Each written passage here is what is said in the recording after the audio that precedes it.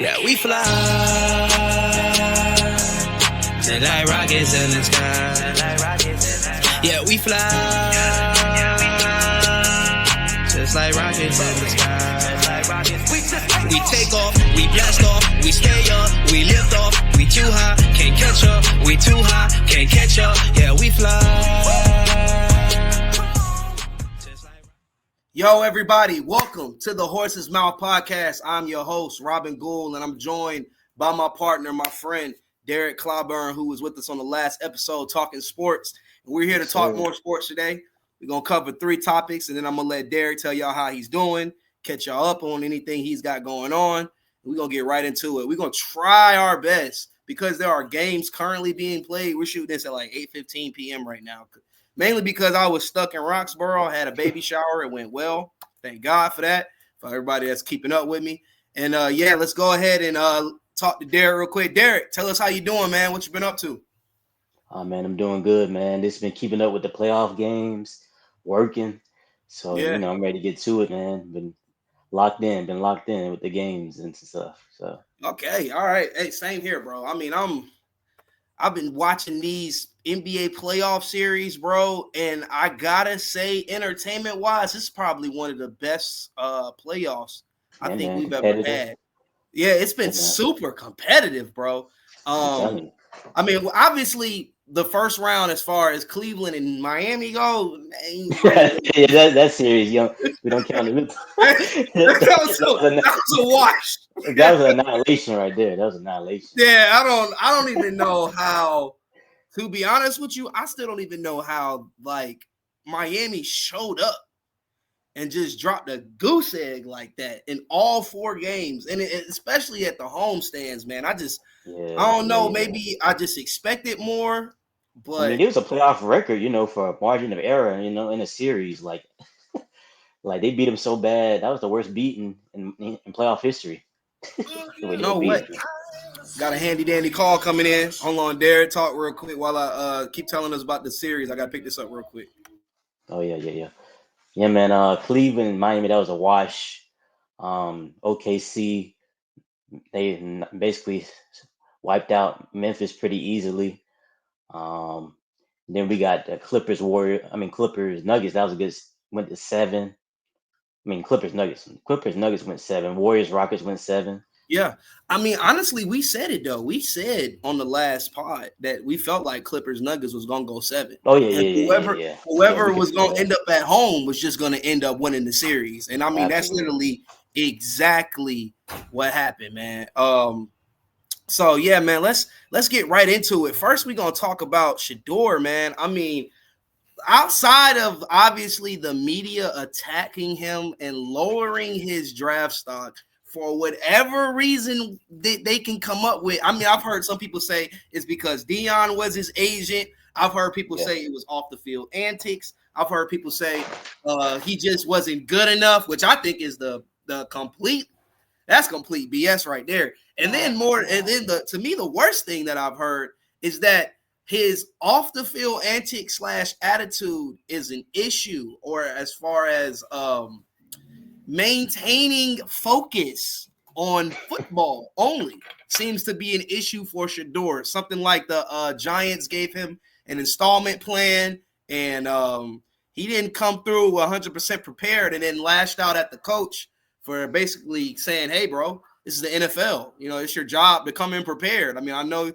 you think you're the hottest thing since gold, but, there's a lot of other guys in this draft. So first, before we get into what Shedeur has been doing since the draft, any comments you have on that, Derrick? I mean, you may know a little bit more inside than I do.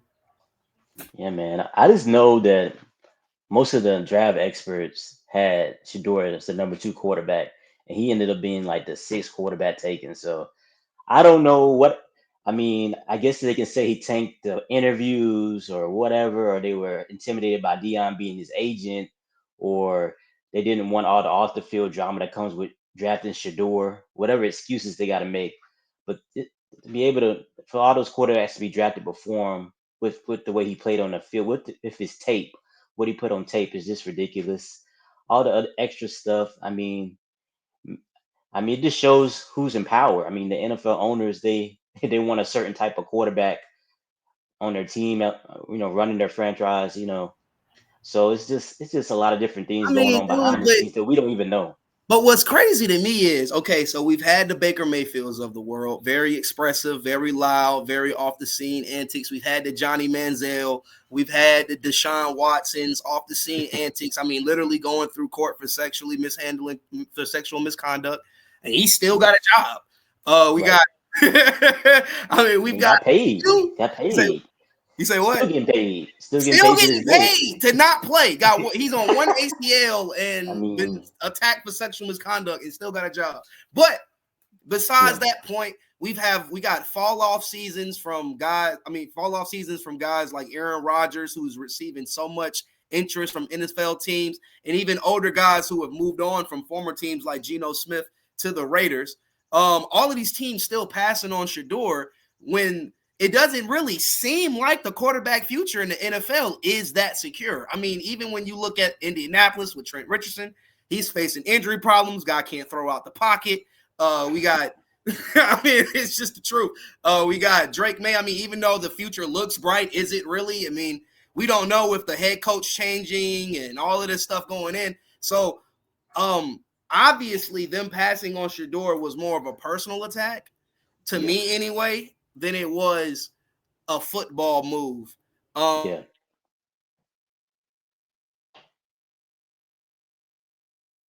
I mean, it shows to Shedeur actually was at the Cleveland High School 5 days ago, and he was going to talk to some kids, and we're going to bring this up to the stage so we can go ahead and see what type of off the field antics these guys are talking about.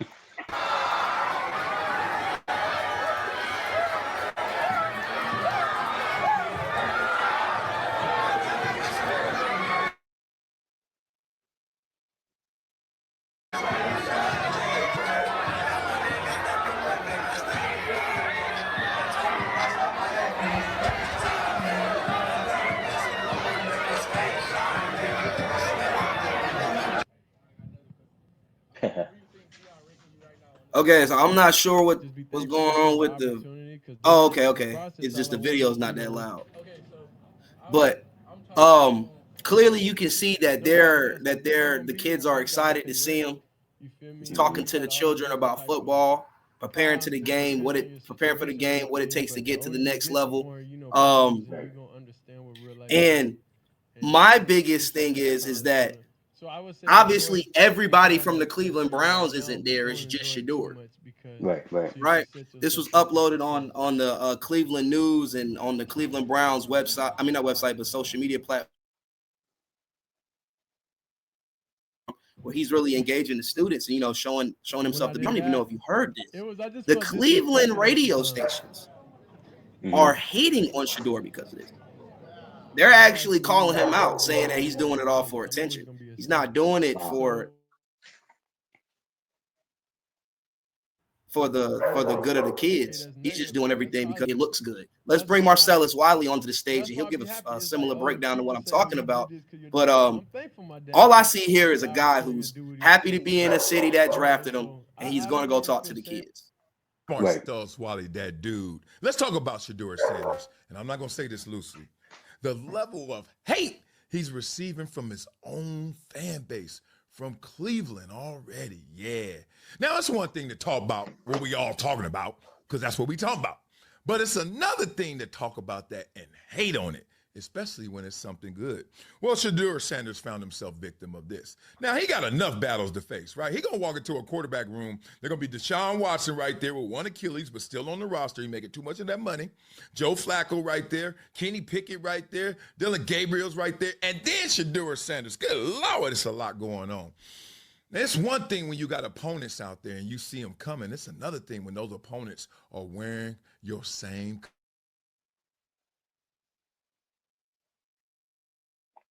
Yeah, Your own uniform. It's just crazy, That's the what whole he actually situation. used to and a lot more. It sounds like a rooting against him. So this is something that we all got to deal with in life, where you get used to it, but you should never be comfortable with it. We get used to people dissing us, hating us, even if you don't have a public profile. You're used to some people just not feeling you. But it's another thing to get comfortable with it. And that's what Shedeur Sanders better get comfortable with, because he's going to have a lot of haters. There's this argument out there. It's a dinosaur argument that you can't do good and do great. You ever heard that argument before? It's called the double bottom line, right? Like if you have a charity or a nonprofit or you want to help people, like Project Transition, whatever it may be, you can't do good, which means help the community, and do great. Oh, really? I can't help the community and raise some capital so we can help the community even more so? So that outdated mindset of you're not being authentic because you're trying to get attention and trying to bring awareness to something that you're doing that's good, that's not great, is what we're going to dive into right now. So without further ado, please let the haters take their place in hater history. I would have preferred that if he was going to go talk to a bunch of high school kids, that he didn't post it on social media 5 seconds after the thing was over. Browns do it every time on Tuesdays. Every charity thing they do on Tuesdays, the player day off, they do a video of it. I felt like you should have listened to that guy on the left. One, he was talking with them glasses. Them things was pointing. And what he was pointing out is how crazy you sound right now. Oh, let him finish before I get it on. Was him screaming, "See, look how good a person I am. I went to a school, then I worked out, then I'm doing all the right things." Well, Aaron, then I want you to blast every rookie this year that goes to visit a sick kid in a hospital later this season. He's not every rookie, and the Browns are the ones that are posting that stuff, not the individual players. Oh, my God. I would. No, don't say it again. Round of applause for the hater of the year. Thank you very much. I've never met this tandem, this duo, and I hate that this is the first time I got awareness of you guys, because, boy, one of you guys are getting painted in the wrong stroke, if that's not who you are. Let me break this down real quick and get up out of here. It's okay if the team posted, but not if the player posted, but the player's the one that's going there representing the team, that's actually doing, let's be real, the work in that moment, where the recipient is excited to see the player. Like, they're not saying, oh, the Cleveland Browns are here. No, they're saying, Shedeur Sanders is here. He's bringing joy to all these little kids. No matter what the situation is, when you're representing the team, you're the representative. And if you're the representative, why you can't get some love?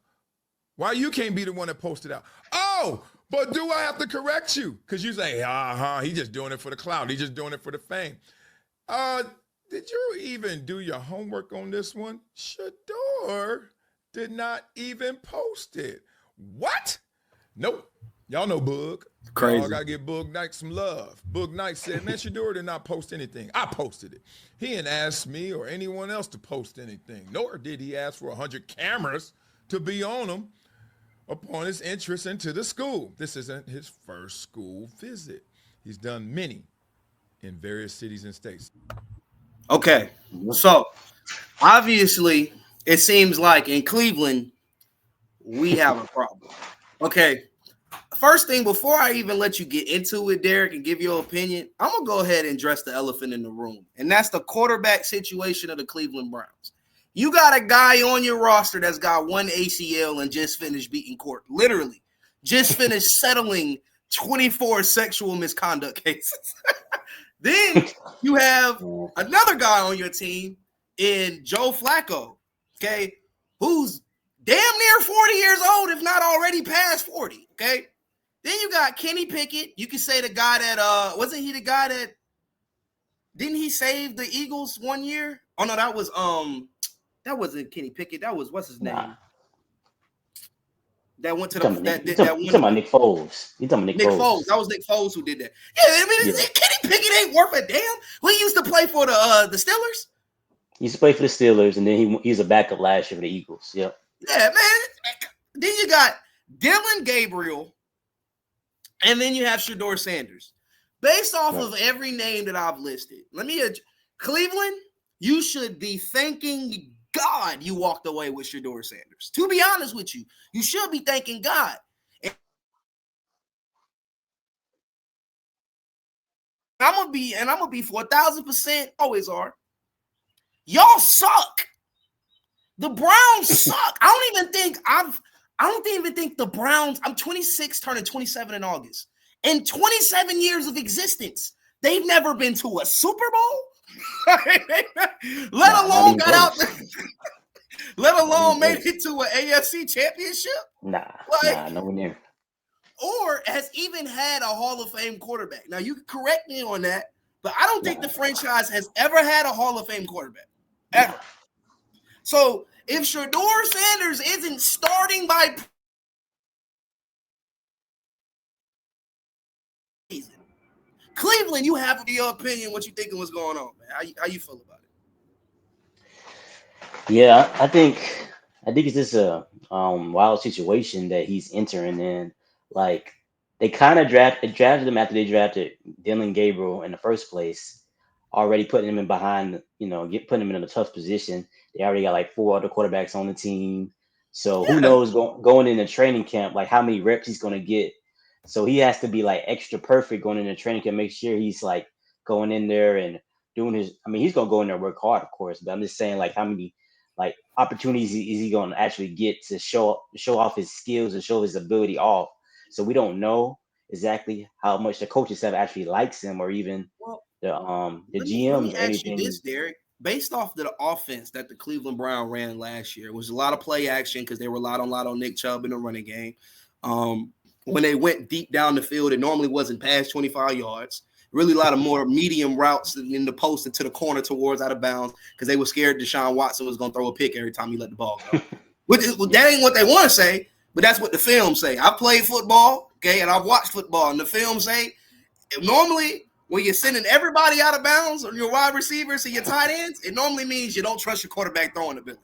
That's what that Yeah, means. All right. yeah.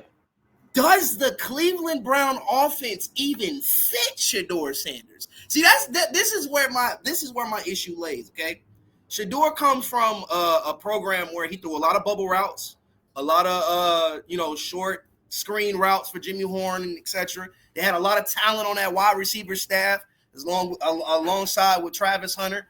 A Hmm. lot of deep routes. I mean, we saw Yeah. Shador rolling out play action, rolling out on the other side, escaping the pocket, making passes. Does the Cleveland Brown offense even fit? You feel what I'm saying? Do they even Yeah. fit what Shador Sanders' play style is? Well, to me, not the way they've been playing like the last couple of years. I feel like if it goes back to where kind of like what Baker Mayfield was doing when he was there, kind of like how Mhm. they gave him the reins to actually be able to make all the throws and different things, because like they pretty much handicapped their quarterbacks what they can do. I mean, when James was out, they kind of let James do his thing, but it was more like okay, because we're losing. I mean, we don't got nothing to lose. James go out there and just do something, Yeah, type just of thing. let Jameis play ball. Right. So it's like I actually think Kevin Stefanski, the head coach, is a good offensive mind. I think he has the ability to put a good offense around Shador or even center around him. But will they do that? I don't know. Is he going to be given the opportunity to actually have a chance to actually you know show the team what he got and what he possessed? Because like training camp is so little. They have so many quarterbacks that it's only a certain amount of reps you can get like during the training camp, during a practice or whatever. So it's like he has to shine in preseason. Right, preseason is going to be so important for Shador and the way what his future. Not necessarily even going forward for other teams. Like maybe if he doesn't even play for the Browns, he ends up going somewhere else. But he can show what he can do in the preseason that can help him go to a different team that actually needs a quarterback, or actually might want him more than the Browns even want him. That can help him in his NFL Oh, career. so you Stuff see, that's you see maybe a future trade situation where the Browns yeah. move him, get some future draft picks, and just, Or they cut him and he just goes to a different team. or they I don't. cut him. Yeah. Okay. Yeah. Okay. I would It's hope not, definitely. man. To take two quarterbacks in the draft when you already got three on your roster, I would hope not that they I mean, cut Shador. he's better than Dylan Gabriel. Oh, Obviously, by Kenny far. Pickett, he's It's going not to even be close. better than him. I mean, Joe Flacco's the veteran in there, but I mean, he's old. I mean, he's just kind of there. Just I guess I- maybe they want a quarterback next year. I don't know, but he's not going to take you far. But he did. I guess he did help him make the playoffs a couple of years ago. But it was like Joe Flacco is on his way out, so it's kind of like, what do you want your quarterback, the future quarterback, to be like, or what do you want your franchise quarterback to look like for the Cleveland Browns. They're all over the place. It feels like to me they never actually known what they want out of a quarterback. I Yeah. mean, they had Baker Mayfield, and then they gave up on him because he wasn't great. I mean, he had one good season, and the other 2 seasons were kind of like he was injured, and still he had to play, and he didn't play well. So I'll they be honest, what shipped him Baker out of there. Mayfield doing in the Buccaneers, man, I feel like the Cleveland Browns missed out. I mean, Baker probably had one of the best seasons of his career last year, and to see him Absolutely, the last 2 seasons he's been great. Yeah, too. Honestly, bro. And and I'd probably have to go back to my group chat, find the screenshot where I actually said this. I was in my group chat telling the guys, I was like, yo, at like game 5, I was like, Baker for MVP. I was like, is it possible? I mean, he's been putting up numbers. He's putting up numbers. He was going ballistic. I was like, bro, Baker Mayfield low-key looks like a top 10 quarterback in the NFL right now. I mean, he's solid. I mean, top 15. I mean, he's solid. He's solid. I mean, facts. All right, moving on. We're gonna move past your door. Cleveland, get it together. That's what I'm gonna tell you. Get it together. We're gonna move on to some NBA basketball. First off, we're gonna talk about some of these closeout games. Man, this has been intense, especially the series between the Rockets and the Warriors, man. We're gonna bring up some of the highlights and then we're gonna break it down, put up some more graphics. Let's games, different things.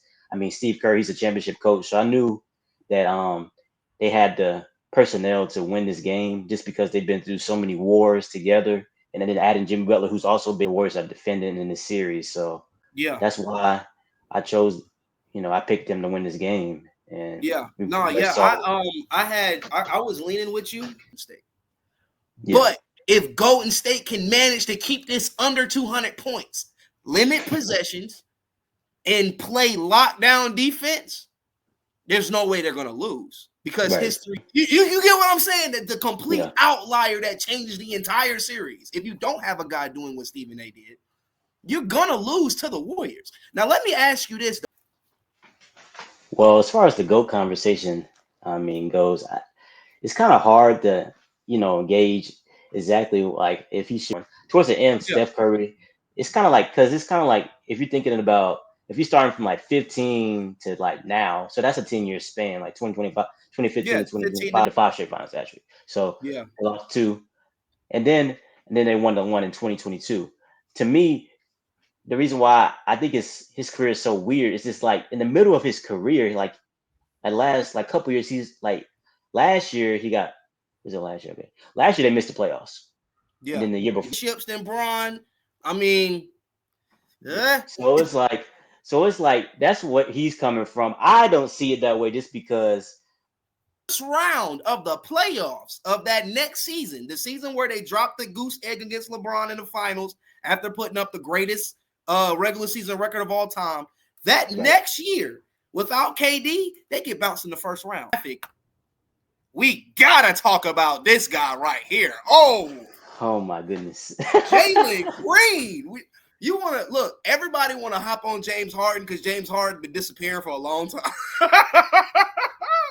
But you want to talk about somebody that, went absolutely ghost. I got to bring out the calculator for these numbers. This is terrible. 7 points, 20% from the field, 0 for 4 for 3. So you already done missed 4 threes. So we got to calculate how many threes my boy missed. Okay. So we got 4. He was awful. He was Then awful. the next game, he had a pretty decent game. He went 38 points, 52% from the field, 8 for 14. So, that looks good. But we had 6, so that's 10 threes. All right, now keep up with me now. Next game, 9 points, 36% from the field, 1 for 5 from 3. So that's 4 threes. We had 14. Okay, next game, 8 points, 37% from the field, 1 for 5 for 3. That's another 4 threes missed. That's 18 threes. Now we got the next game, 11 points, 37% from the field, 2 for 4 from 3. So he missed 2 threes the next game, better than the last 2. Then we got the last game of the series. He had 12 points, shot 27%. That is absolutely raw garbage. And he goes 1 for 6 for 3. So that's another 5 threes. Derrick, he missed 25. He missed 25 threes in a playoff series, man. I've never seen, okay? I've never seen somebody who's been quote unquote called one of the best 3-point shooters in the NBA now. Missed 25 threes in a playoff series. Not only just doing that, but these games right here, 9 points, 8 points, 12 points, those are home games. These are home games he's taking these L's. Is it time to ship Jalen Green out of Houston? Houston, do we have a problem? Are we sending Jalen Green to Phoenix to get KD? What are we doing? Jalen Green, man, he's had the opportunity to show how good he is. I mean, this got to be like his fourth or fifth year in the league. So, I mean, it is his first playoffs. But if you're the go-to guy, who they say he is, him or Sengun, but they depend on him. They want him to be the guy because they say, "Oh, he got the talent. He's talented. He's skilled." He's the best offensive player on the team for sure. But he takes if you watch his game, he takes the most difficult shots you'll ever see in your life. I mean, he shoots contested threes, contested twos. I'm like, these are not quality shots. He doesn't use his athleticism enough. I mentioned that in the other podcast. I said he needs to drive to the basket more. Use his athleticism. Yeah, you did. You did say that. He has over a 40-inch vertical and doesn't get to the rim enough. He's settling for jump shots. I mean, I don't know what it is about him. He doesn't have the mentality right now to be that go-to scorer or that guy that they can pin on to be the best player on the team. Yeah, he was crying on the bench yesterday. I saw it. I ain't even watched the full game, but I caught that cry. they needed a go-to scorer, a guy that they could depend on to hit clutch shots, timely shots to keep them in the game. Yeah. He just wasn't that player. With Amin Thompson ascending as one of the best players. I mean, he made himself unplayable. Let's bring the stats up, okay, from the last game. These are the stats from game 7. You got, like you said, Amin Thompson. He brought in 24 points, 9 rebounds, 3 assists. He looked like the guy that they need to be going through. Then we got building around him. Absolutely. 1,000%. Then you got Sengun. Sengun, I mean, honestly, I think he shoots the ball too much. As you can see, he went 9 for 23. But when you got Jalen Green supposed to be the vocal point of your offense, he can't shoot anything near the broad or the backboard. He missing everything. He wide left, wide right. What they saying? Facing the Giants, the ball's supposed to go in the middle. like my play is being awful. So it's like Sengun, like, bro, I gotta step up. I mean, a lot of these missed shots are actually offensive rebound attempt putbacks from Jalen Green, almost damn near missing the whole goal. It's terrible. And then we get Van Fleet. Van Fleet put up a game where it's like, okay, I'm trying to be a team player, but honestly, they needed more from him. They needed way more. They needed more because in the last 3 games, he had 25 points. Exactly, and that goes exactly to my point. You can't go from averaging 25 and then you become distant from the game. It was like he was starting out good. I'm shooting, I'm getting my shots, and then he started taking less shots. Now, I don't know if that's more Warriors defensive adjustments than it is him not trying to shoot the ball. Partially. It's something to it. But as far as his aggressiveness, he should have been more aggressive. We got to get to Sengun. We got to get to Sengun, though. I got to talk about this dude. Not at 23 as a big man. Come on, man. Most of your shots are in the paint. But he's a shooter, though. He'll shoot mid-range in the 3-ball sometimes. But I agree. What are you doing? 43% in the paint for the series. 40% as a big in the paint. Did you send me a graphic with that in there? I don't think I sent that graphic. Okay. But I do have this one other stat. When Draymond Green is guarding him yesterday, 1-8. Whoa. So anytime Draymond was in the game, he would be he's intimidated by Draymond. Because Draymond's only 6'6", he's 7 feet. Yeah, no, in fact, he should just be shooting right over the top. Over the top of him. But he's intimidated by him. You can just tell by his presence, the way he shoots when Draymond's in the area. He always overshoots it. He shoots it long or he shoots it short. And it's like, Sengun, just put your body into him. Get it to him. Dunk on him, man. But it's like Sengun, Draymond got in his head and he was just shooting too many shots. 9-23 as a big man. It's unacceptable. You shouldn't be Speaking of missing 14 Draymond, I'm shots. gonna honestly give him the MVP of that game last night. I mean, Oh man, he's honestly, everywhere. He's look at the everywhere. stats: 16 points, 5 assists, 6 rebounds, 7 for 15 from the field. I mean, damn near you can say Draymond is the man. I mean, granted, Buddy Hield did something unbelievable last night. Absolutely. Unbelievable. Shout out to Absolutely. Nassau Bahamas 242, Buddy Hield, Yes, sir. letting us Yes, know, sir. putting up a 9-11. 9 for 11 Yes, from sir. the field, letting them know America. I'm right. Well, let me not say we raining. That might be a little bad. But we raining threes on them. I was about to drop the BOMB. That man from Nassau was pulling on everybody, boy. And Yes. and rightfully so, because he was shooting a goose egg the first couple games, but he finally came Absolutely. back. Yeah, he came let the through. world know last night. Now, this is an interesting stat. The first time ever we've ever seen 3,033. So he had 33 points, three assists, and 3 rebounds. So he got a total stat PRA 3,333. So with that being said, which goes back to our argument about the whole Steph thing. Now, Steph had 22, 7, and 10, but he shot 4 for 10 from the field. I mean, from the 3-point line, which to me, I mean, that's good because it's Steph, but he went 1 for 6, I think, in the first half. Yeah, And yeah. then He only had like 3 points in the first half. yeah, he was terrible in the first half. That's why I say like who that's why I'm like, okay, he's not my GOAT. He's great. He's great. He's just not my GOAT. Not my I mean, goal, it's no. 10 rebounds for him. Honestly, like He did no box he out. found ways to affect the game in other ways. That did help the team. So I give him Yeah, he that. But as far as definitely made sure he was effective. yeah, and I thought that the Houston Rockets, like the way they played defense against Steph, it was like we ain't letting Steph beat us. That's the way they're playing defense because they were just You denying know him what the the crazy ball thing is, Derrick? full court I basically. think that cost him. See, because here's the thing, right? Hmm. When you know it's the Steph show and you're getting Steph warmed up and he's hitting. If he's hitting, you lose. If he's missing, you win. It's that plain and simple. But when you're forcing guys like Buddy Hield, Jimmy Butler, Draymond Green to step up, now you're Yeah, getting away from Curry, like how they did in the first half where they was on him. He only got 3 points in the first half, but because the floor is so open now you got to get out there and guard these other guys. Now Curry come back and give you 19 points in the second half. Like right, this is right. the game plan should have been make Steph beat me. Like in Hmm. my head, I'm like, if I'm a coach, I know I got the height advantage. I know I got the strength advantage. I know I have technically the athletic advantage and the youth advantage. I should be wanting to make these guys run. But Houston on the other side seemed like they was trying to run a tit for tat style game plan. Like you score, we score. You brick, we brick. You score, we score. Yeah, yeah, yeah, yeah. Like, That yeah, wasn't it. That wasn't it. The Rockets. yeah. I mean, clearly, That game plan was not working because if what you gotta do what you do best. So what they do best is get out in transition, get out, run and attack the basket, move the ball around to open people.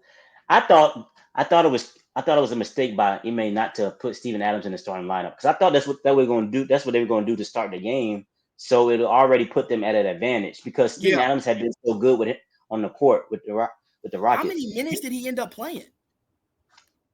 26. Okay, so he had some 26. good minutes. He had some good minutes, He but they played a didn't lot of start. minutes, but I just thought he was plus 53 going to the game yesterday's game, game 7. He was plus 53 when he was on the court. So when they were winning the minutes when he was on the floor, he made a difference when he was on the court. And I thought if they had started a game like that, they would have been having an extra advantage early to be able to get some of the rebounds and put back because that's what they were scoring off of anyway. The offensive rebounds, kicking it out to like Fred VanVleet. That's when he was hitting his threes off his rebounds. They're kicking it out to him and like different things because Sengun, as many shots as he was missing, Steven Adams should have been out there to get those rebounds because Sengun was out there building a brick house with as many bricks as he was shooting. I mean, so they needed him out there for the rebounding. But I thought that Golden State, they counteracted it. They played a lot of zone, 1-3-1 zone. I thought that 1-3-1 zone definitely Oh disrupted boy. Houston, like Okay. their rhythm, their offense, their flow, what they wanted to do. So I don't think they knew how to. They already can't score consistently as Yeah. it is, and then when Yeah. you play zone against them, it's pretty much a wrap. They score nothing. I mean, it's like it's a wrap at that point. Amon Thompson did his best to keep him in the game. He was the reason they were even in the game. Amon Thompson played an exceptional You game. consider 103 to 89 in the game. I mean, yeah, but it's I mean, at one point in the fourth, they were only down 6, and then they went on that last run where they extended the lead. So like I said, he was the only reason why it was close. It got down to 6 in the fourth quarter, but they were able. Of course, they went on that late run. Steph went off late in that game, so they extended their run. But I knew at the beginning of the game when Draymond Green hit 2 threes at the beginning of the game, I knew it was a wrap. Yeah, no, look, let me tell you something. I'm gonna give you 4 names. At the beginning, I was like, "Oh my!" I'm gonna give you 4 names in NBA history. If they hot, you lose. If they hot, you lose. If Russell Westbrook is hot coming off the bench, you lose. If Draymond Green is hitting threes and he hot, you lose. If Sean Marion is hitting threes and he hot, you lose. If Ron Artest is hitting threes and he's hot, you lose. Them 4 names right there are to me 4 of the best role players that are actually stars that take a sit back and be like, all right, look, I'm gonna do whatever it takes to make sure the team wins. But if I'm giving you 40, you're getting blown out today. And it's that plain and simple. You're not winning that game. Buddy Hield was amazing in this game, hit 9 threes, 33 points, the most points any Steph teammate has had since 2019, since KD was there. So he played exceptional in that game. Had 22 points in the first half. So that was great. All right, Raising we got the Cavs and the Pacers game. Now, Derrick, I gotta put you on the main screen because we both called Cavs, and we saw what happened last night. So hey man, look, I'm gonna get you. You know how we do. I gotta give you the main screen. I didn't know Darius Garland was gonna play though. I didn't know he was gonna play. Okay, hold on. I didn't know that. I saw he was day to day. I thought that he would come in and play. I thought Darius Garland would play because it's a playoff game. But I want you to give a hot take on first off, I want you to explain what you thought was gonna happen. You know, tell us what you thought was gonna happen. And then I'm gonna give you the full floor.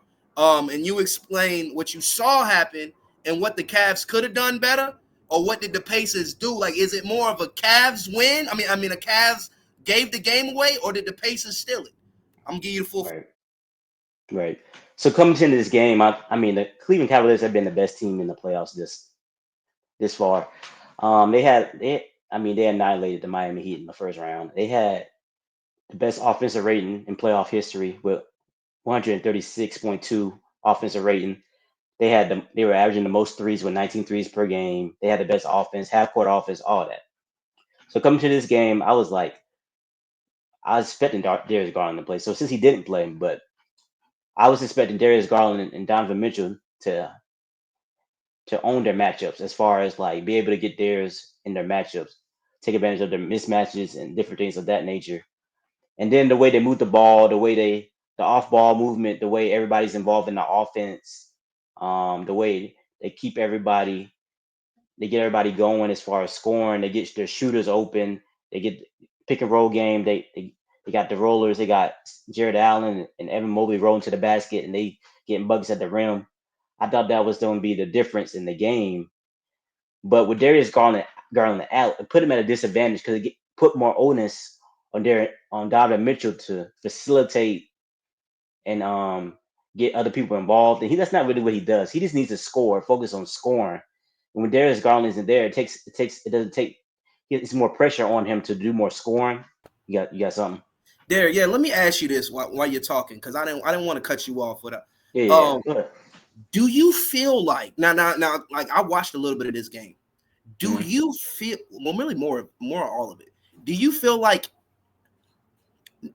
the Pacers have better supplemental pieces than the Cavs? Because with Sam Merrill and Max Strus having to step up, Dean Wade, these guys having to step up, I think even Max Strus started because of Garland was out. Yep. Yeah. It seems like the style of play lessened almost. And then you got guys like Nembhard and what's the other guy? Is it Mathurin? I want to make sure I'm saying his name right. Benedict Mathurin, yep. Yeah, Benedict Mathurin. And then you got, and honestly, not Thomas, but Miles Turner's the fourth option. Miles Turner. Yeah. He's the fourth option. Yeah. Now I'm gonna let you get Pascal back to popping. Siakam's good too. Yeah. Yeah, I'm Yeah. gonna let you get back to popping, but I want to ask you, like, did Cleveland get exposed? That's the real question. Okay. I will say this as far as the exposed part. I thought that they let the Indiana Pacers dictate the pace and set the tone for the game. I thought the Cavs tried to play the Indiana Pacers game. The Pacers are the best transition team in the league. They like to get out and run. They get up and down the floor at an extremely high rate. The Cavs, they're more methodical with their offense. They get into their half court. They like to do their pick and rolls, off ball movement, pin downs, dribble handoffs, get into their offense that way, and then get downhill with some of their guys and then kick it out to their shooters. Pacers like to get up and down, push it in transition, get the shooters out in transition, sprint in the corners, get it out, attacking in transition. The Cavs try to do that. I thought that they got out of their game plan, what they do best. They were rushing their shots early. I thought that they were missing shots that they usually make because they were rushing. They're trying to keep up with the paces as far as what the Pacers been doing as far as getting up and down the court. I thought that, and then the defense I thought was weak. I thought they allowed Pacers to get too comfortable as far as that they didn't guard the 3-point line well. The Cavs they allowed too many guys to get wide open looks as far as Nimhart was getting wide open looks. TJ McConnell, Benedict Mathurin, Pascal Siakam, Miles Turner, they were all getting. Go ahead. So let me ask you this then, because I actually heard this on a hot take on the Charlotte radio. I try to listen to Charlotte sports radio every now and again. One of the guys on Charlotte sports radio said Kenny Atkinson, who just won Coach of the Year, much deserved. I felt like, honestly, it should have went to Bickerstaff in Detroit, but much deserved to Kenny Atkinson. Not taking away from him. But they said last night he got out coached. Rick Carlisle took him behind the woodshed. Not more or less that the Pacers beat Cleveland, but Rick Carlisle out coached Kenny Atkinson. How you feel about that? I definitely think that he got out coached. Just because with Darius Garland out, Evan Mobley should have been more involved in the offense. I agree. So even with the Indiana out, they hit 19 threes in the game. The Cavs had 78 points in the paint yesterday. And then down the stretch, they weren't getting the ball to Jared Allen or Evan Mobley down the stretch in the fourth quarter. Yeah, what was up with that? I was, bro. In fact, hold on. Let me bring up the stats real quick for this game because I was mind blown, bro. I want to look at the Cavs. Like Jared Allen, 6'7". You stop getting him the rock. Yeah. Evan Mobley had a good game too, but I thought they should have given the ball a little bit more. When Darius Garland is in, when Darius Garland is out, you got Todd Jerome shooting 20 shots. That's what I'm saying. He's taking way too many shots. I thought he pressed yesterday. Like usually Todd Jerome is just efficient. He comes in the game, he gives him a spark. I thought yesterday he was doing too much. Yeah, shooting bro. Too many shots. Contested shots at that. Like he was trying to make it his game or something. Like it was his night. You got Evan Mobley going 9 for 13. You got Jared Allen going 6 for 7. Why in the world do we go away from the best offensive options outside of Donovan Mitchell to me on the team? Right. Everybody else is just a 3-point option. They're not create your own shot guys. I mean, DeAndre Hunter is a 3-and-D. He can get to the basket, but he's not a create your own shot 3-level scorer. Not at all. Not at all. So your best scoring options is Evan Mobley and Jared Allen. They're putting up the highest field goal percentage. What in the world are we doing getting away from them when Donovan Mitchell is clearly having an off night? 111 from the 3-point line is disgusting. I don't care how you slice it. It's absolutely diabolically unacceptable for anybody who calls himself an NBA All-Star. Stop shooting them. If you don't can't shoot that many threes, get to the basket, bro. Get to the free throw line. You good at getting to the free throw line. You need to be living at the line. I thought that Andrew Nimhart for the Pacers, the guard from the Pacers, number 2. If you guys don't know who that is for the Pacers, he did an excellent stats real quick. He did an outstanding job on Donovan Mitchell. I believe when he was guarding Mitchell, he held him. Let me see what the stat was. I saw the stat. I looked it up. He held them to 1 of 8, 0 for 3 from 3. So Nimhart, he guarded him. He guarded him some. They switched it off with Aaron Neesmith guarding him some. But when Nimhart was guarding him, he guarded him the best. He held Donovan Mitchell to 1 of 8 and 0 for 3, 0 from 3 from 3, if you know what I mean. But Yeah. I thought he did an excellent job on Donovan, especially down the stretch. He was cooking. I mean, Donovan Mitchell was cooking at one point, and it was getting. That's why the Cavs got back in the game, and then they put Nimhart back on him, shut him down. Yeah. I mean, honestly, bro. But And I then had they're said making- this. I don't even know if I even said it to you. I might have. Mhm. But I've been saying this. Okay, if you even go back to the regular season, the Pacers own the Cavs. They 3-1. Yeah, I saw that. Yeah. So the Pacers own the Cavs in the regular season this year. Now, Mhm. granted, we do know when the playoffs start, it's 0-0. We do know Right. this. I'm not saying that with some type of amnesia, like it matters. Like, you know what I'm saying? But Yeah. going into my point, though, I thought that the Cavs were going to win this first game for sure. Right. I didn't think they were going to beat them by the spread as far as 7.5, because I think it was actually 9. I think I was like, I don't know. I see Cleveland winning. I know about They that beating spread. them I by was like, 9. that sounded like a trap right there. Yeah, they're not beating them by 9, bro. So I'm sitting here, I'm like, all right, cool. But I knew the game was going over. That was a fact. I looked at all of the games that they've played, and majority of them. Oh yeah, even though I knew it was gonna be a high scoring game because both have good offenses and both of them had great offenses. And they the had Pacers 6 make players you run. averaging double figures last series. Both teams had 6 players averaging double figures last series. So and then the top offense in the league all year long in the playoffs, all that hit the most threes. So I knew it was gonna be high scoring, and so I definitely thought. Go ahead. Yeah, I definitely thought it was going to be more of like I thought the Cavs home court advantage. I thought they wanted to set the tone for the series. Getting that first game. It's making over. a statement in game 1. Cleveland, you're not going to the dance. You think it's It's over already? ladies and gentlemen. I don't care if Darius Garland coming back. You want to know why? Because they're not beating Indiana at home. That's the thing. You got to go in Indiana Fieldhouse and steal a game. You're not doing that, bro. The crowd, the atmosphere in there is too crazy. Them jokers get real crazy in Indiana. And Indiana's one of the best home teams in the NBA. And they also score the most when they are at home. And the point differential of when they normally beat teams when they at home is double digits. So you better get ready. Absolutely. Cleveland is I thought the Cavs were winning 6, but now I think it's going to be a 7-game series now. I just really do. I really do. Dude, I think maybe the Cavs may get 2 games. I think they win game 2. They have to win game 2. They have to win game 2. Game 2 is a must-win. It's a must-win situation for them. I think they win game 2. I think they lose the next 2 games. They win back at Cleveland again. And then it's bye-bye. I can see it because Indiana's a good team, man. The way they play is just... They went to the Eastern Conference Finals last year. This is the thing. Different.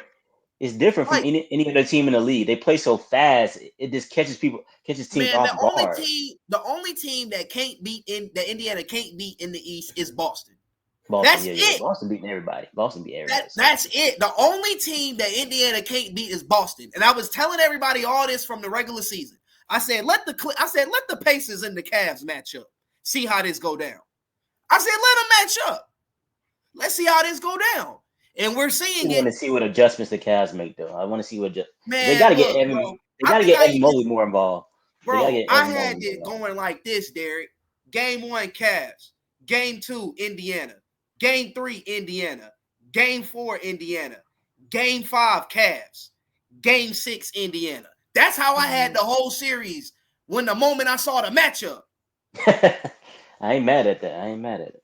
So for me, it's just like, nah, bro, like straight up, hot take. I'm like, you know what? Hold on. I'm about to give a hot take. I'm about to take you off real quick. This is the hot take right here. Hold on. Let me bring it back. Hot take. Cleveland. You thought Donovan Mitchell could be number 1 for you. You thought he could be the main guy on your team. But you didn't learn from Utah.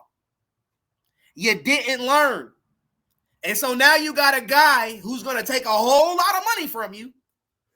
And you got young talent around him. But how long can you keep Evan Mobley? How long can you keep Jared Allen? How long can you keep Darius Garland? So this is your only year you have. This is your best shot. This time right now is your best shot at winning anything in life ever outside of the LeBron James.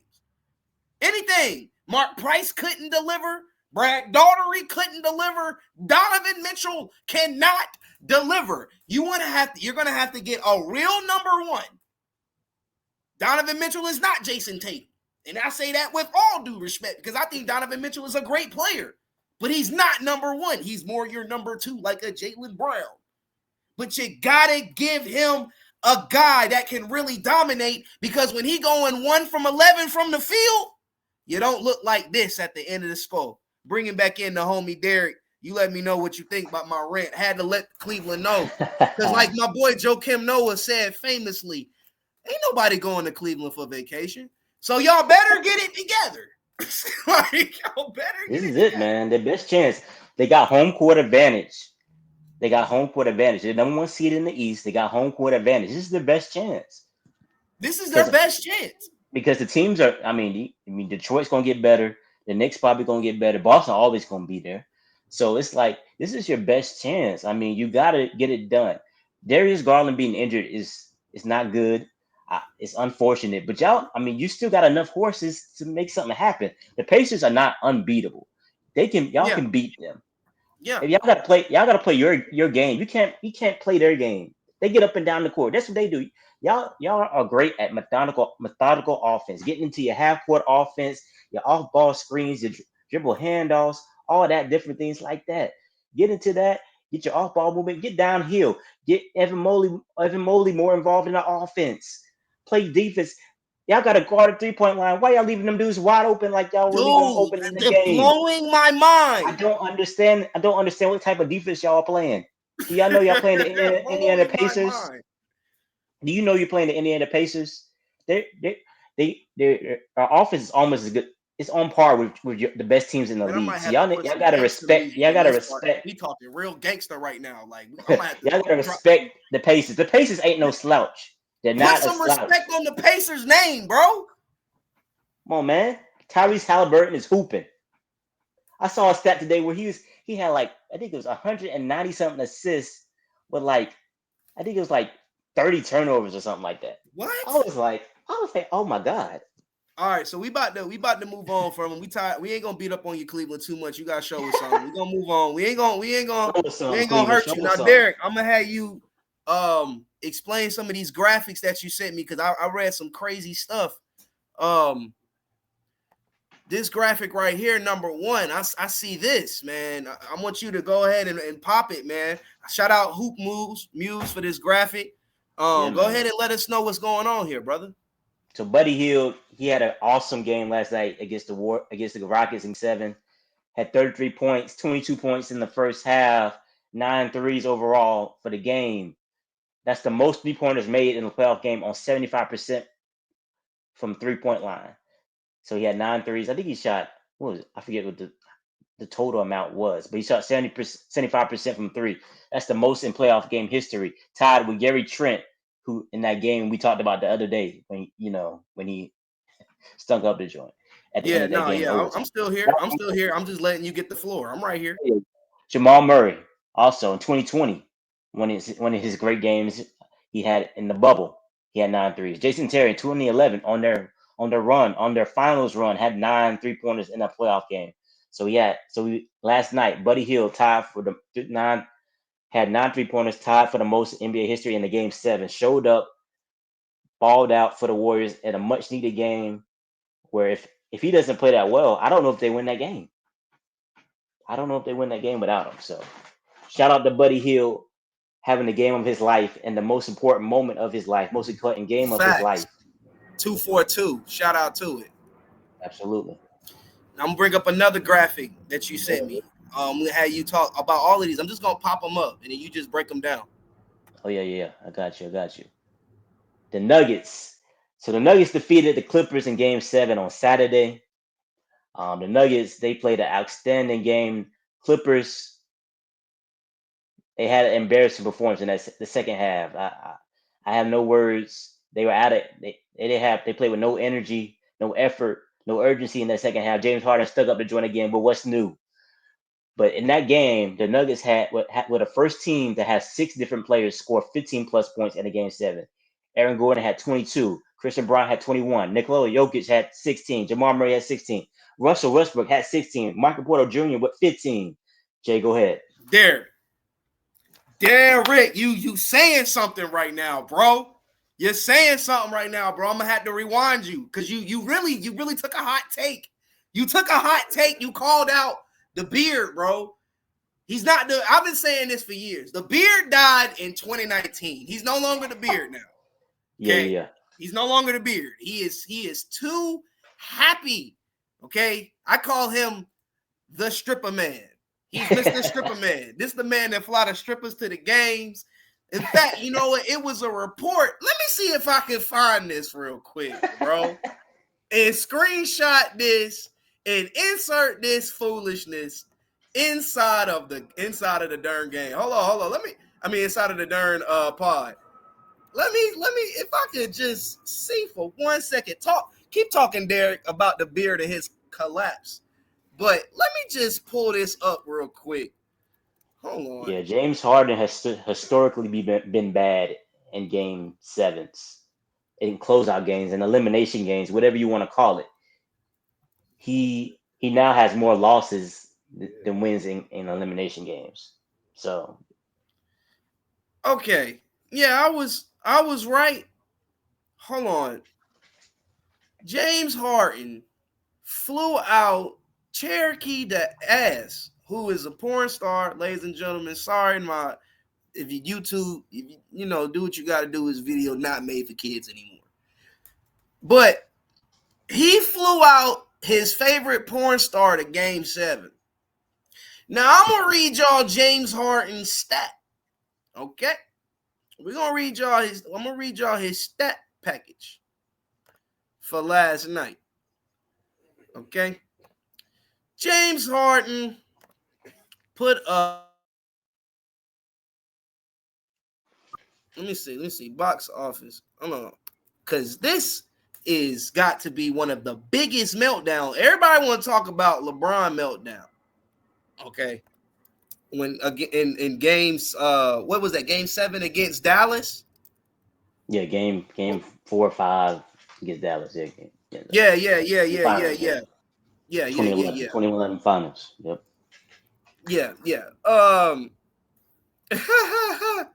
Everybody want to talk about Kobe missing the free throws. Everybody want to talk about Chris Webber calling the timeout when there was no more timeouts.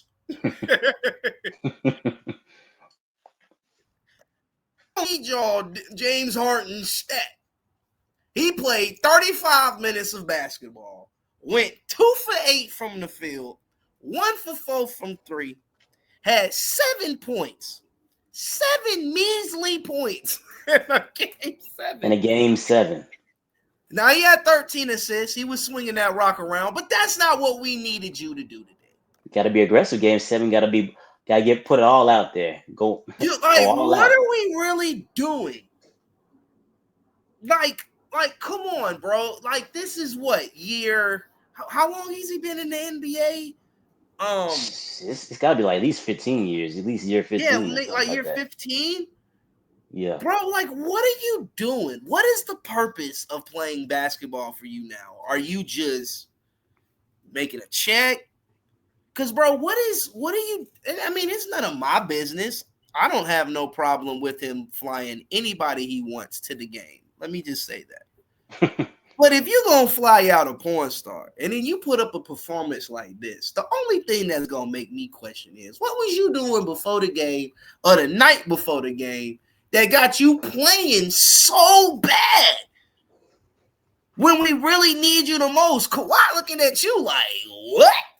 Kawhi looking at you like.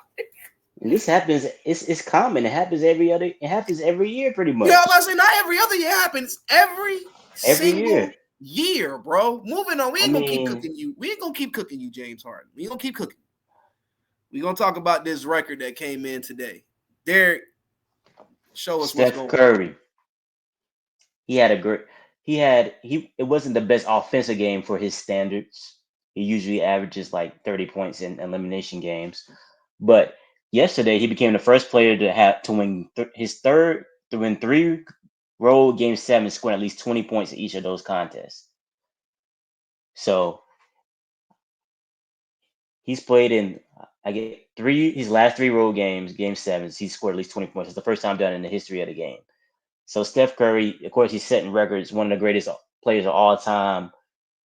He's also and he's keep doing it at his age in his career. And let's see what they got going. They're gonna do against Minnesota in the next round because they put it all out there. They just went through a war. So let's see what they got. So Derrick, let me ask you. Okay, so out of all of these lists, okay, so we got Jimmy Butler the third, Stephen Curry, Jaylen Brown, Jason Tatum, LeBron James. I believe that's John Havlicek and Sam Jones. Okay, all of these guys, right? All right. For people who don't know, John Havlicek played for the Celtics, I think, right? Or did he play for the Yep, Jazz? John. Yep, Celtics. He played for the Celtics. Okay, yeah, and Sam Jones also played for the Celtics. Also Correct? played for the Celtics. Okay, Yep. all right, cool. So clearly, all right, so let me ask you this. Looking at all of these numbers, looking at the guys on these lists, all right, because I remember last time we had a conversation, we talked about Jason Tatum or Jaylen Brown being possibly being the greatest Celtics ever. Absolutely. Okay. Absolutely. Looking at these stats, looking at these statistics, can we confidently say that the top 10 in the NBA right now, all right, I'm going to give you a list, no order. Mm-hmm. All right. Right now, Nikola Jokic, Shai Gilgeous, Stephen Curry, LeBron James, Jason Tatum. I'll say Jaylen Brown. I'll say Giannis. I'll say going off this season, I'm not even gonna hold you. I feel like I gotta put Wemby in there before he got hurt because he was going absolutely ballistic. I thought the Spurs was gonna be a playoff team if Wemby didn't go down. So Definitely in the I playoffs. mean, so I'm gonna throw Wemby in there, and then last but not least, because I'm thinking I'm at 9 now. So last but not least, I'll say arguably because there's a lot of guys you can put at 10. I feel like, but I'm gonna go off this season. I'll say Damian Lillard. So let's say Damian Lillard's at that 10 spot with Stephen Curry doing this achievement because we're talking about Steph today. Mm-hmm. With Stephen Curry doing this achievement, is he automatically number one right now? Like, despite all of the accolades that Jokic and all these other guys are doing, Steph Curry is really single-handedly. Because to me, I mean, the addition of Jimmy Butler is cool and all, but without Steph, they're not going nowhere. So, because of that reason, can we just go ahead and make it clear that Steph really is the best player in basketball? I mean, arguably, we can say, like, when we talk about points, rebounds, and assists, like, Steph Curry is consistent, finds a way to win, blah, blah, blah. Like, even when we saw in the stat book, he wasn't really hitting that well from three, but he brought you 10 rebounds, 7 assists. You know what I'm saying? Finding other ways to hurt you, moving off the ball, tiring out your defenders. I mean, the guy offensively is great. Defensively, he's more of a savant than he is athletically gifted. He's playing the passing lanes, creates turnovers, draws charges, tires out defenders. So when they're on offense, they're not doing as much, not as effective. Can we really arguably say, I mean, despite what Shai Gilgeous is doing, despite what Jokic is doing, despite what Giannis is doing, is Steph Curry really the best player in the world right now? Not for me, but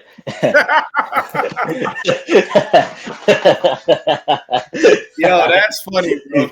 Not for me. I love the honesty. I mean, it's not for me either. I just feel like it's a good question to ask. Yeah. I definitely think you can make an argument for him. I mean, when you're talking about is he like the best playoff performer left in the playoffs? Now we're being serious with his accolades. The way he's been to 5-6 finals.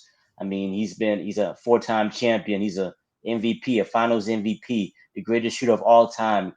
he demands. I mean, he's probably the most difficult matchup for every team in the league. When you as far as offense player, you gotta guard that night. You don't want to guard Steph because he's probably the hardest guy to game plan for in the league. So at this point, all those things can be true. But Yeah. as far as the best player in the league, I personally still have Jokic just No, because. me too. I think yeah. Yeah. Facts. Explain your reason, and I'll give mine, and then we'll move on. Jokic, just because the way he affects the game in so many different ways. Rebounding, points, assists, just the gravity he takes. Steph, also, his gravity is awesome. The way he's moving off the ball, like you said, tiring defenders, all that. Yeah. Jokic, just the level he can get to now. Steph, to me, because he's older, he's not able to have those outstanding games as consistently as he used to. Jokic is in his absolute prime, so he can do that every night. 39, 20. He might do that every single night. So it's like he can get to it every night. And I think he's an underrated defender too, because he'll squeeze 3 steals and 2 blocks. Like he's so smart. His IQ is so high. He knows where to be on the court. He knows where everybody should be. He knows all the other teams' plays. He's seen everything. So even though he might not block the most shots. He might not be the best on ball defender, or can move his feet the best, laterally quick, as you may say. He's smart, so he knows where to be.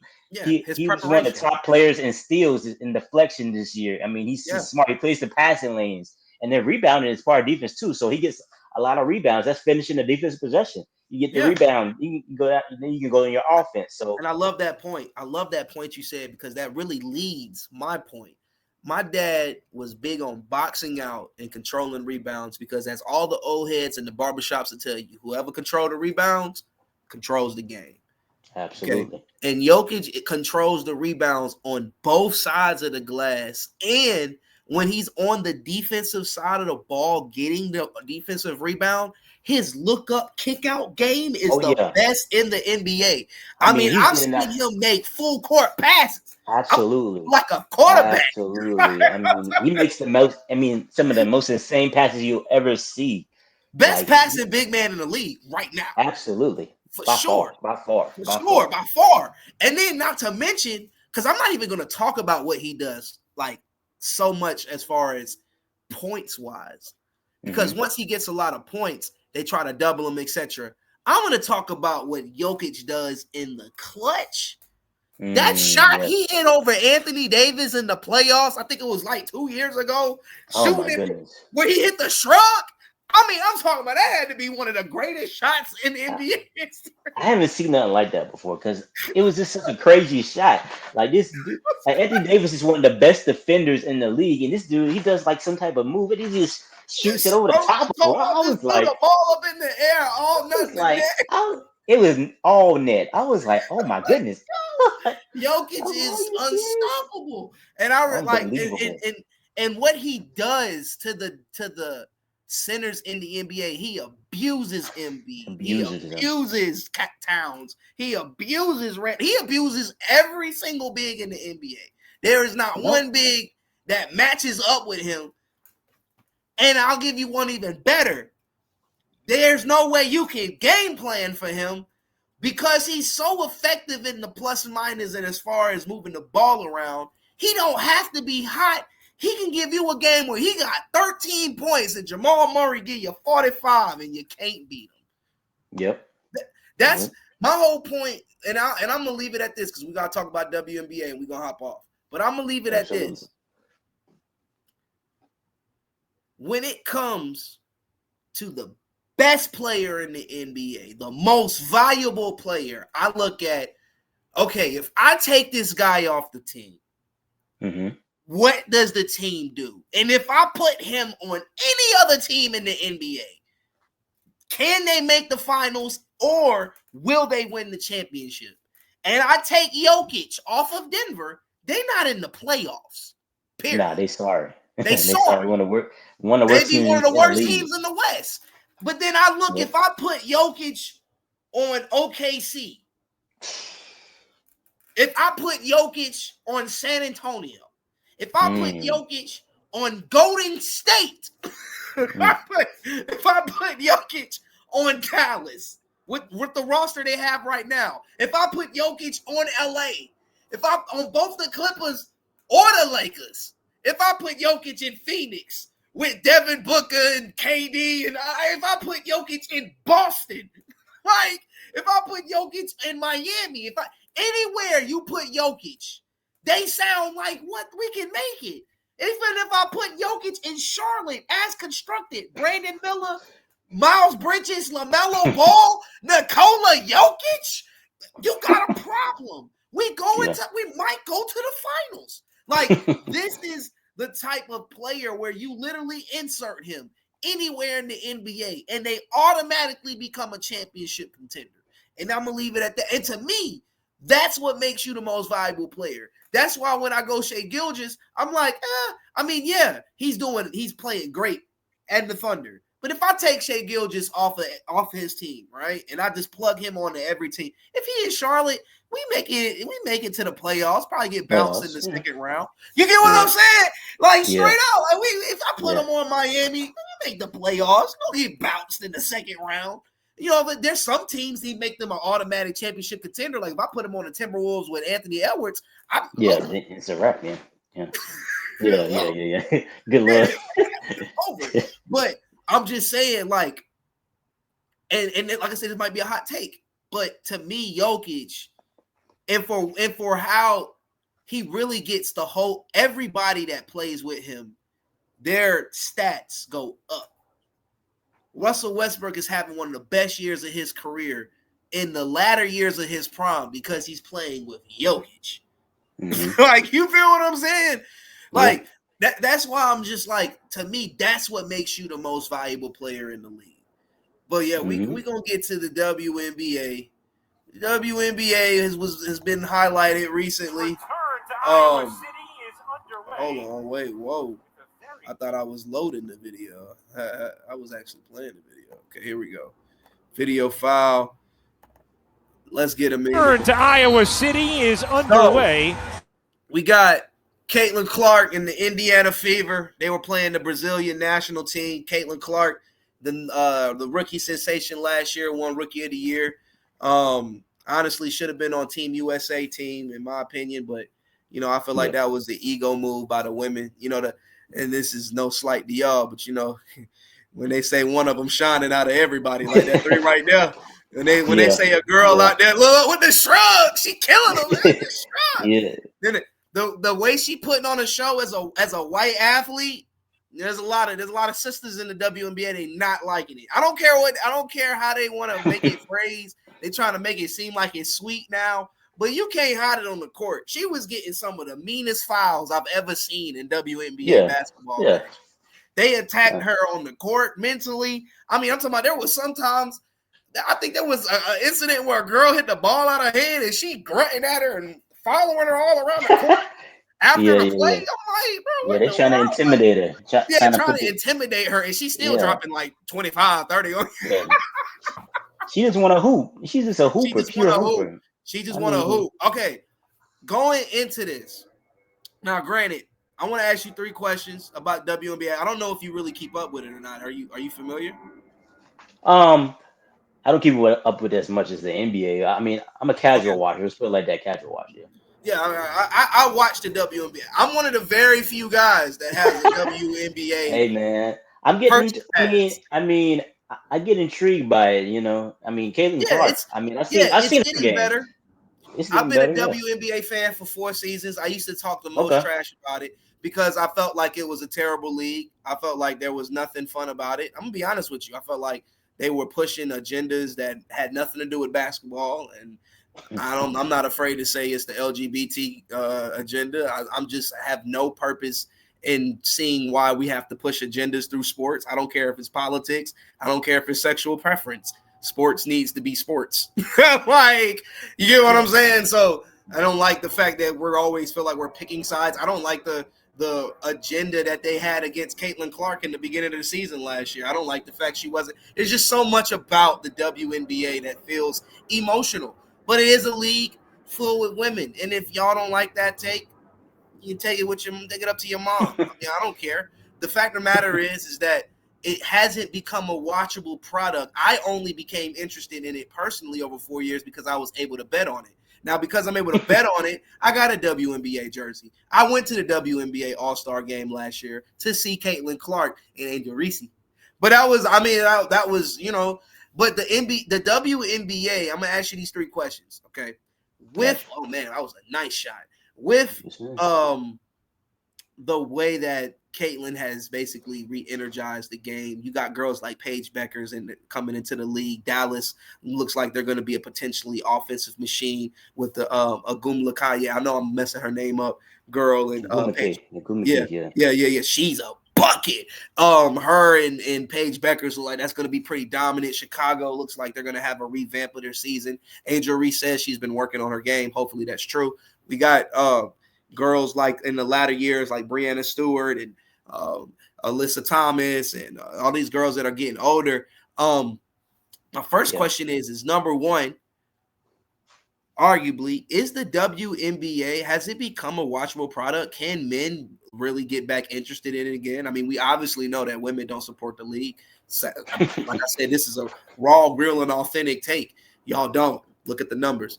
So like we already know women don't support the league.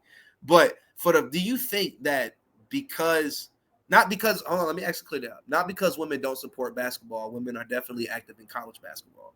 But when it comes to the WNBA, y'all don't go to the games by yourselves. You don't really buy gear. It's dates for y'all and etc. But y'all don't really watch the WNBA. Let's just be real. But it hasn't become a watchable product again. Can men sit down and watch 4 quarters of WNBA basketball and say, hey, that was good? Yeah, man. I think it's getting there. I mean, last year I checked out a couple games. I'll be honest with you, I wasn't really watching it like that at all. That's why I'm asking you this question. Yeah, man. Caitlin Clark, when she went in there, I was like, cool. I want to see what this girl got. You know, I watched her in college basketball. I like women's college basketball. I watched that more than WNBA. Yeah, most of us do. Yeah, so when I watched her play, I was like, at the beginning of the year, I just saw how they were trying to do, like, I mean, they're doing everything that they possibly could to try to stop her and try to, defeat her mentally. Yeah. So as the season went along, you just saw her get better and better and better. Yeah, and they started to ease up off her. They did. Yeah, they realized they couldn't phase her. Season. Yeah, by the end of the season, she was just hooping at a different level. I love the way she plays. I mean, she plays unselfishly for her teammates. She's great offensively. She plays hard. She has a passion for the game. You can tell she just loves playing basketball, man. So I love that. Wow. Did you see that? I mean, that's from the logo right there. Yo, hold on. Let's get some value. Possessions of the day for Brazil. Here's Clark. Wow. You bet from beyond the logo. Hey, is it watchable, Derrick? Are you not entertained, Derrick? How can you hate on her, man? How can you hate on her, man? She knows. You can't hate on her, bro. She's you hate on her because our fans. I mean, that's you can hate on her because of the way the fans talk about it. But like I said, if you're just talking about her personally, if you're a fan of basketball, you like watching her play. Okay, now let me ask you this. By default, is Caitlin Clark the most valuable player in the WNBA? That's my next question. Because we can sit here and as men watch her pull a 3 from where Steph ain't even shooting right now. Like, yo, she pulled. I mean, Steph can shoot there. No disrespect to Steph. He ain't shooting there like that every game. It ain't like 2015. She pulled up from the media.com. Yeah. All nothing but net. She putting on a show. Is she the most valuable player to the WNBA? I'm not saying that she the best player in the WNBA. Right. It's clearly A'ja Wilson. A'ja Wilson for sure. We gotta give A'ja Wilson her flowers. She's the best player in the WNBA. She's a great player. Oh my goodness, I love watching her play. Before Caitlin Clark, crazy. I went for Las Vegas Aces game, bro. She's still my favorite player. I like watching Caitlin Clark play, but A'ja Wilson is definitely my favorite player to watch. I mean, she's probably the only. She's tough. Her and Stewie really getting that bag too. Now, absolutely. She getting a bag too. But the that's the team I watch, man. Before I wasn't really watching any WNBA, but I would watch the Aces play because Yeah. Agent Wilson, I just love watching her play. And of Yeah, course, Kelsey Plum's not from on there South no more Carolina, so too. I So I gotta wonder support how they're anybody from gonna the look. Carolinas.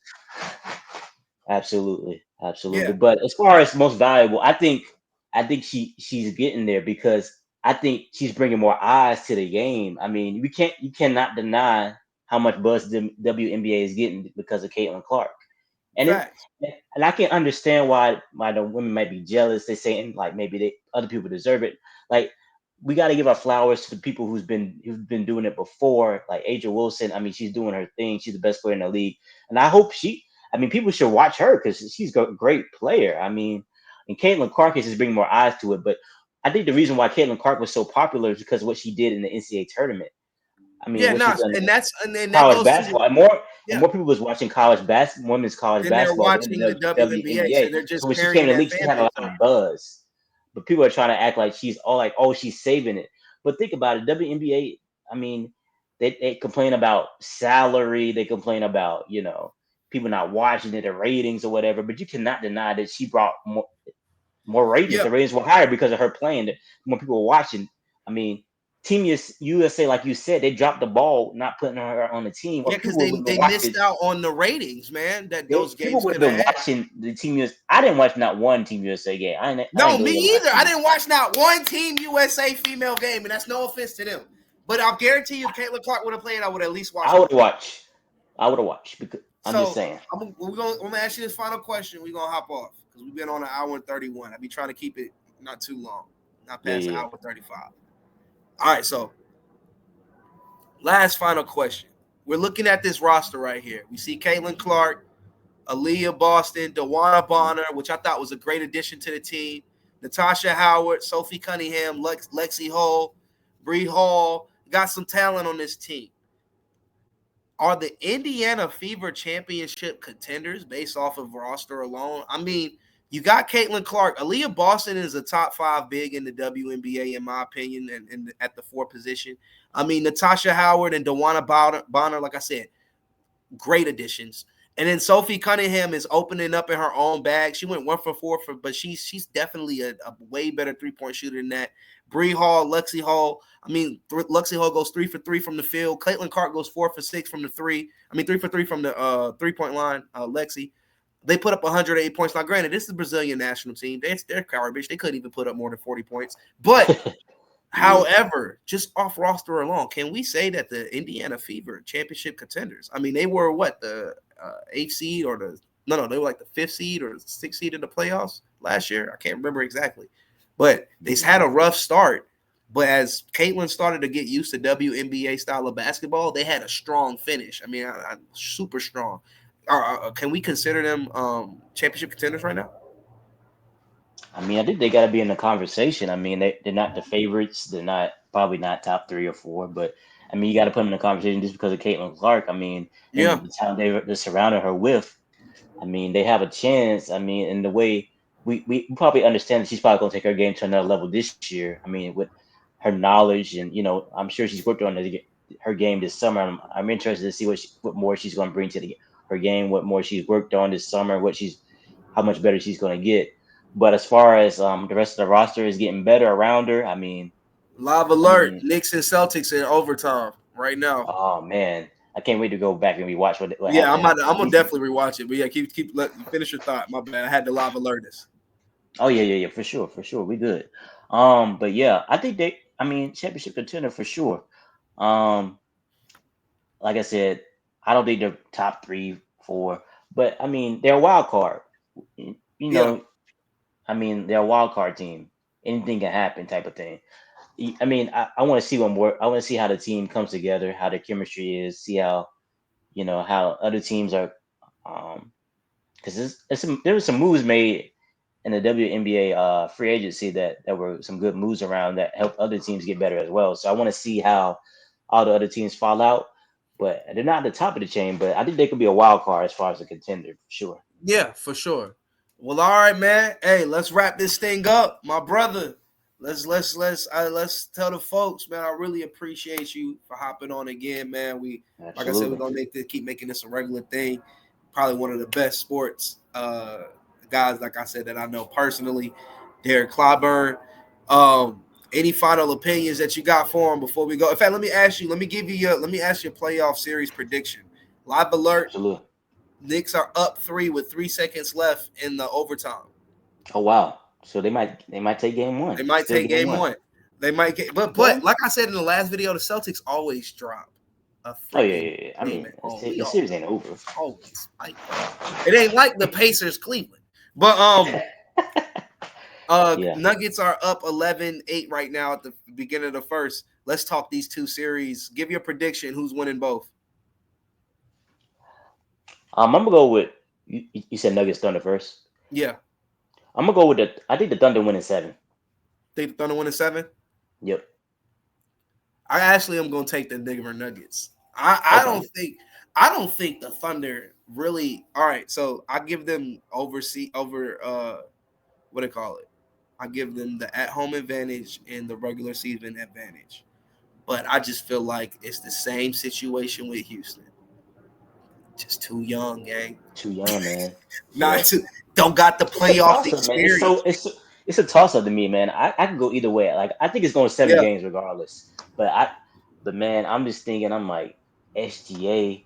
I mean, it's got to be time. I mean, you gotta, it's got to be a time at some point.